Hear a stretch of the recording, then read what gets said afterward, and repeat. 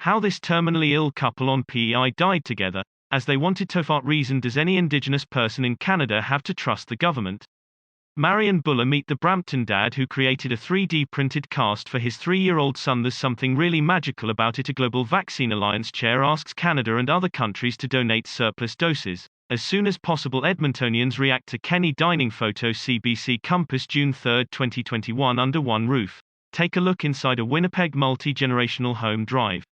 Jazz Atwell on exponential rise in cases during Manitoba's third wave. Manitoba Education Minister gives special message to this year's grads. 60% of islanders over the age of 12 have gotten their first dose of COVID-19 vaccine. WHO COVID-19 technical lead warns pandemic is far from over. Murray Sinclair wants independent investigation into burial sites at residential schools. An update on case count of mystery brain disease in New Brunswick. What does 3 years' worth of traffic data tell us about Nova Scotians during the pandemic lockdowns? How to buy the new mandatory K-Country Pass. Large businesses in a range of industries are providing paid time off for staff to get vaccinated against COVID-19.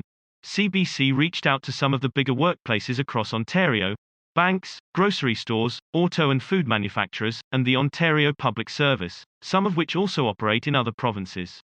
All but one said they are paying for employee time off, similar to an election day. Resolute Forest Products, a pulp and paper manufacturer in northwestern Ontario with 900 employees, was the lone employer CBC spoke to that isn't giving paid time off during the workday. We believe that vaccination centers offer enough flexibility to our employees, thanks to extended opening hours and availability on weekends, said Resolute's Louis Bouchard in an email.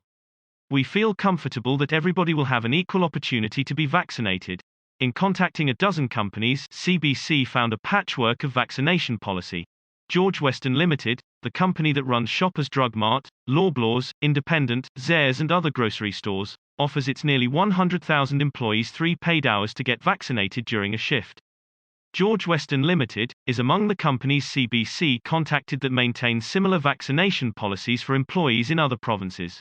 Walmart, by comparison, is giving its about 51,000 Ontario employees 1 hour per dose, while RBC pays for 4 hours per dose for its 40,000 Ontario employees, including students and contractors. Scotiabank, with 30,000 Ontario employees, promises any time spent during working hours traveling to or from, or attending a vaccination appointment, will be paid. Meanwhile, the Ontario Public Service encourages its 64,000 employees to make every effort to book a vaccination appointment outside work hours. If that's not possible, employees are told to work with their manager to figure out flexibility. Magna International and Maple Leaf Foods have had on-site pop-up vaccination clinics, offering shots during the work day, while Walmart employees who work at stores can get vaccinated on the clock, inside the company's pharmacies.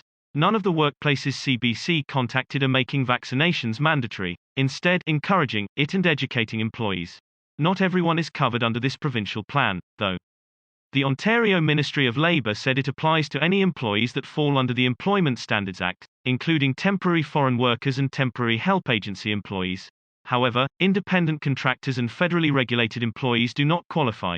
Simran Prihar, Labour and Employment lawyer for Goldblatt Partners, worries precarious employees won't be given time off, particularly those in non-unionized work environments or who are part-time.